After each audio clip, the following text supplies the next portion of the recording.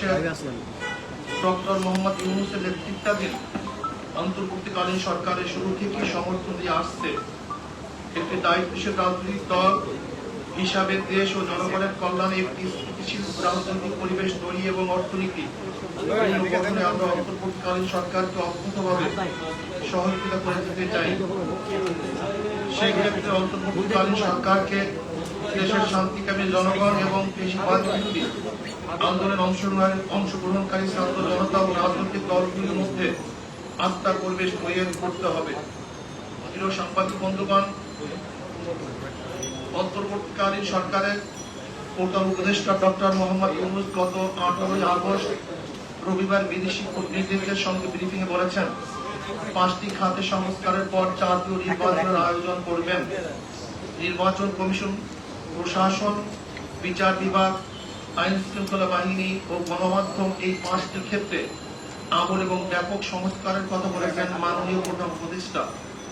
আমরাও মনে করি এসব প্রতিষ্ঠানগুলো ব্যাপক সংস্কার প্রয়োজন, কারণ বিগত সরকার অবৈধভাবে ক্ষমতায় টিকে থাকতে রাষ্ট্রের গুরুত্বপূর্ণ সব প্রতিষ্ঠান ধ্বংস করে ফেলেছে।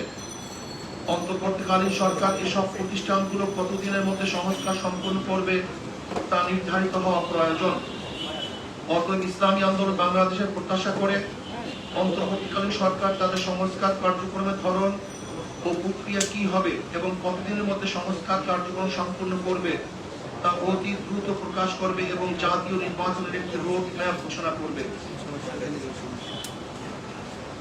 প্রিয় সাংবাদিক বন্ধুগণ, জুলাই বিপ্লব এবং 5ই আগস্ট ছাত্র জনতার পর অভ্যুত্থানে স্বৈর শাসকের পেপুয়া বাহিনী, পুলিশ, বিজিবি এবং আওয়ামী লীগ, যুবলীগ, ছাত্রলীগের নৃশংস আক্রমণে সহস্রাধিক ছাত্র জনতা শাহাদাত বরণ করেছে।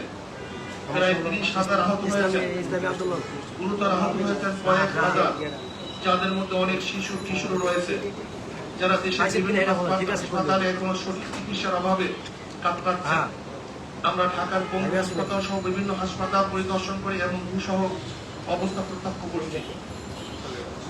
অন্তর্বর্তীকালীন সরকার ঘোষণা দিয়েছিলেন আন্দোলন আহতদের সরকারি খরচে চিকিৎসা দেওয়া হবে, কিন্তু আমরা এর দ্রুত যথাযথ বাস্তবায়ন দেখতে পাচ্ছি না। আমরা সরকারের প্রতি আহতদের বিরুদ্ধে চিকিৎসার যথাযথ উদ্যোগ গ্রহণের আহ্বান জানাচ্ছি। প্রিয় সাংবাদিক বন্ধুগণ, পতিত ফ্যাসিস্ট ও স্বৈরাচার আওয়ামী সরকার নির্বাচন কমিশন এবং প্রশাসনকে ব্যবহার করে 2014, 2018 এবং 2024 সালের 7 জানুয়ারি 3টি ভুয়া জাতীয় নির্বাচন করেছে। এসব একতরফা ভুয়া পাতানো ও ডামি নির্বাচনের মাধ্যমে তারা তাদের অবৈধ ক্ষমতাকে দীর্ঘায়িত করেছে। যারা তাদের এসব অবৈধ প্রশাসনে নির্বাচনে সহযোগিতা করে আওয়ামী লীগকে অবৈধভাবে ক্ষমতায় থাকার সুযোগ করে দিয়েছে, তারাও সমান অপরাধী। অতএব 3টি অবৈধ প্রশাসনের নির্বাচন পরিচালনাকারী 3টি নির্বাচন কমিশন এবং প্রশাসনের যেসব কর্মকর্তা তাদের অবৈধ কাজের কুশীলব ছিল, তাদেরকে আইনের আওতায় এনে শাস্তির মুখোমুখি করতে হবে, যাতে ভবিষ্যতে কেউ অবৈধ নির্বাচনের সাহস না করে।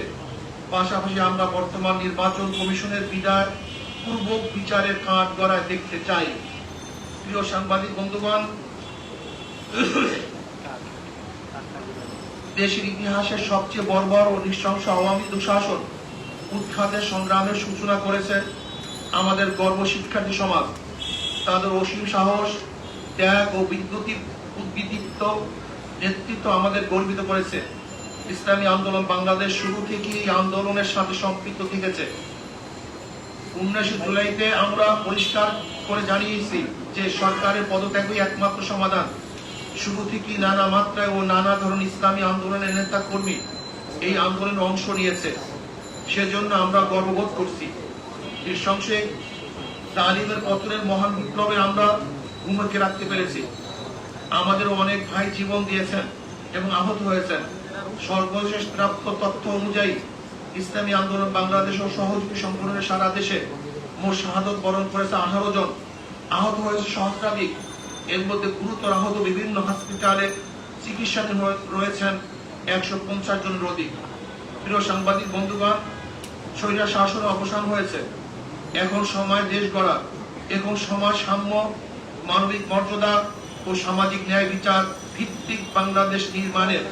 তবে এই সুযোগ সন্ধিক্ষণে আমাদেরকে দেশের শত্রু এবং জনগণের শত্রুদের চিহ্নিত করে জাতির সামনে তাদের মুখ উন্মোচন করতে হবে।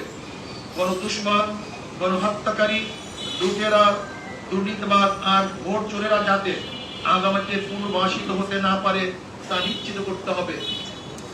সে লক্ষ্যে গ্রহণযোগ্য তদন্ত কমিশন ও স্বতন্ত্র ট্রাইব্যুনাল গঠন করে জুলাই গণহত্যাকাণ্ডের বিচার করতে হবে।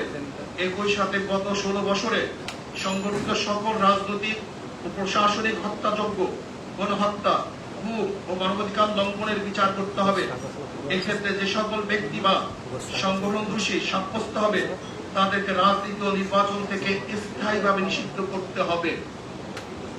2. তদন্ত সাপেক্ষে বিগত বছর সকল দুর্নীতিবাজ ও বিদেশি অর্থ পাচারকারীদের সকল সম্পত্তি ক্রোধ করে রাষ্ট্রীয় কোষাগারে জমা করতে হবে এবং বিদেশে পাচারকৃত টাকা ফেরত আনবার উদ্যোগ গ্রহণ করতে হবে। নাম্বার 3, আইন শৃঙ্খলা বাহিনী, প্রশাসন, বিচার বিভাগ সহ প্রজাতন্ত্রের যে সকল আইন, সংবিধান, শপথ লঙ্ঘন করে অপেশাদার আচরণ করেছে তাদেরকে বিচারের মুখোমুখি করতে হবে। দেশের সংখ্যাগরিষ্ঠ ধর্মীয় জনগোষ্ঠীর চিন্তা চেতনা ও অনুভূতির বিরুদ্ধে কোনো সিদ্ধান্ত নেওয়া যাবে না। নির্বাচন কমিশনকে পুনর্গঠন করতে হবে এবং অবাধ, সুষ্ঠু, গ্রহণযোগ্য ও অংশগ্রহণমূলক নির্বাচনের জন্য সংখ্যাধিক নির্বাচন পিআর পদ্ধতি চালু করতে হবে।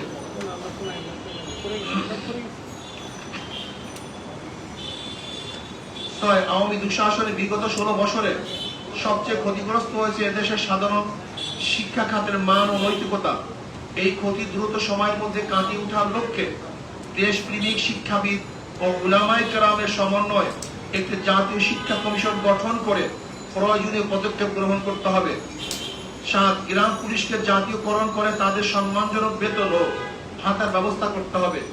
প্রিয় সাংবাদিক বন্ধুগণ, ছাত্র জনতার এই আন্দোলন হত্যা, লুটতরাজ ও অবৈধ ক্ষমতা প্রয়োগের বিরুদ্ধে ছিল। শিল্প ও কল কারখানা ধ্বংসের বিরুদ্ধে ছিল না সংখ্যালঘুদের বিরুদ্ধে কোনো পদক্ষেপ। সেজন্য আমরা বিশ্বাস করি যারা লুটতরাজ, দখলদারি, অরাজকতা ও সংখ্যালঘুদের উপর কোন রকম হুমকি সৃষ্টিকারী কার্যকলাপে লিপ্ত তারা এই আন্দোলনে সম্পৃক্ত কেউ না, বরং তারা সুযোগ সন্ধানী। সুতরাং আমরা বর্তমান অন্তর্বর্তীকালীন সরকারকে এই সকল অরাজকতা সৃষ্টিকারীদের প্রতি কঠোর পদক্ষেপ নেওয়ার আহ্বান করছি। প্রিয় সাংবাদিক বন্ধুগণ, ইসলামী আন্দোলন বাংলাদেশ মনে করে দেশের সকল নাগরিক সমান মর্যাদা অধিকার প্রাপ্ত। ধর্মের কারণে কাউকে আঘাত করা বা কাউকে প্রতিপক্ষ বানানোকে ইসলাম ও রাষ্ট্রীয় আইনও সমর্থন করে না। আমাদের আন্দোলনের চেতনা ও সমর্থন করে না।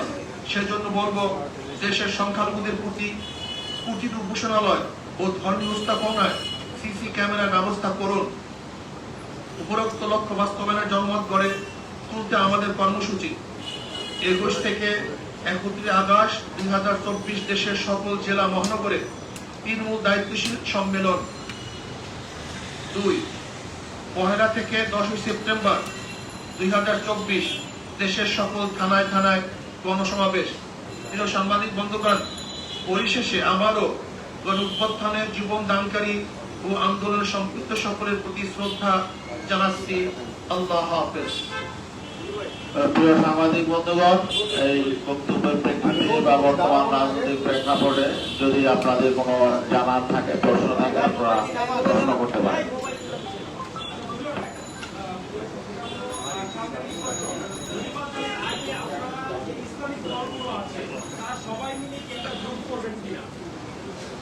তা তো আমরা অনেক আগের থেকে বলেছি, ইসলামী আন্দোলন বাংলাদেশ সমমনা সমস্ত ইসলামী দলগুলিকে নিয়ে তারা জোট ভিত্তিক নির্বাচন করার উদ্যোগ গ্রহণ করেছে।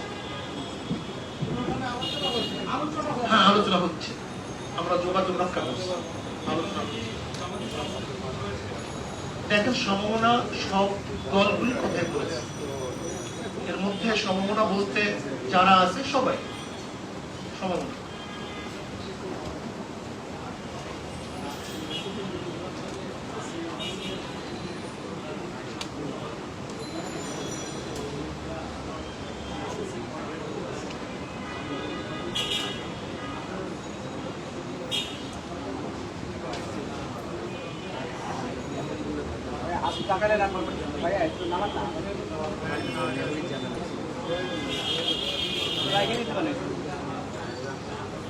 হয়তো আপনি খেয়াল করেন, ইসলামী আন্দোলন বাংলাদেশ সর্বপ্রথম এই স্বৈরাচার আওয়ামী লীগকে হটাবার জন্য শপথ গ্রহণ করেছিল।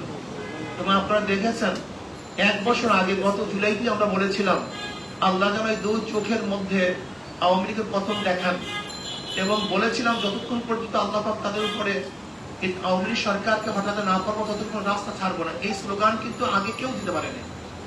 এত শক্ত কথা ইসলামী আন্দোলনের বাহিরে অন্য কোন দল দিতে পারে নাই। ঠিক আল্লাহ পাকের শুকর আদায় করছি, আমরা যে আহ্বান করেছিলাম, আল্লাহর কাছে যে দোয়া করেছিলাম, আল্লাহ পাক 2 চোখে সেটা বাস্তবায়িত দেখিয়েছে।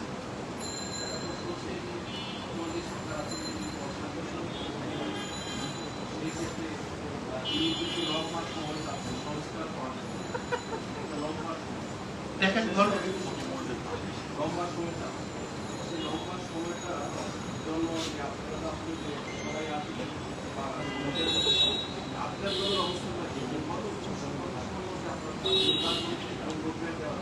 দেখেন একটা কথা হলো, আপনি যে কথা বলছেন অবৈধ, আসলে সরকার অসাংবিধানিক। দেখেন গণ অভ্যুত্থানের মধ্যে যারা বিপ্লবের মাধ্যমে পরিবর্তন হওয়ার পরে সেই যে সংবিধান হয়ে যায়, এরপরে সুপ্রিম কোর্ট তাদেরকে বৈধতা ঘোষণা দিয়েছে। সুপ্রিম কোর্ট ঘোষণা দেওয়ার পরে আমরা এই কথা বলতে পারি না। বাকি হলো এই যে আমরা বলছি পরিবেশ সৃষ্টি হওয়ার সাথে সাথে, আর বলছি দ্রুত পরিবেশ সৃষ্টি করে আমাদেরকে জানানো হবে, একটা রুট ম্যাপ দেওয়া হবে যে এতদিনের মধ্যে আমরা একটা সুন্দর নিরপেক্ষ গ্রহণযোগ্য নির্বাচন উপহার দেব।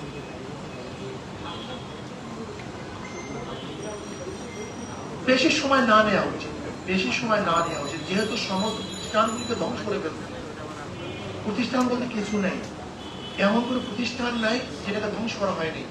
কাজে প্রতিষ্ঠানগুলি একটু সংস্কার করার পরই দ্রুত নির্বাচন দেওয়ার জন্য আমরা আহ্বান জানাই। আমরা তো বলেছি এখানে সহস্রাধিকের উপরে, এখানে বলেছি শুধু শেখ হাসিনাই নয়, যত দোষী আছে এবং যারা টাকা পাচার করছে সবাইকে বিচারের আওতায় আনতে হবে। শুধু শেখ হাসিনা সরকার নয়, আমরা মনে করি এদের স্বাধীন হওয়ার পর থেকে যারাই যেই সরকারি দুর্নীতির সাথে সংযুক্ত ছিল, বরং 5ই আগস্টের পরও যারা দুর্নীতিবাজ, লুটপাট করেছে, দখলদারি করেছে, আমরা এখানে দাবি করছি তাদেরকে বিচারের আওতায় আনা হবে।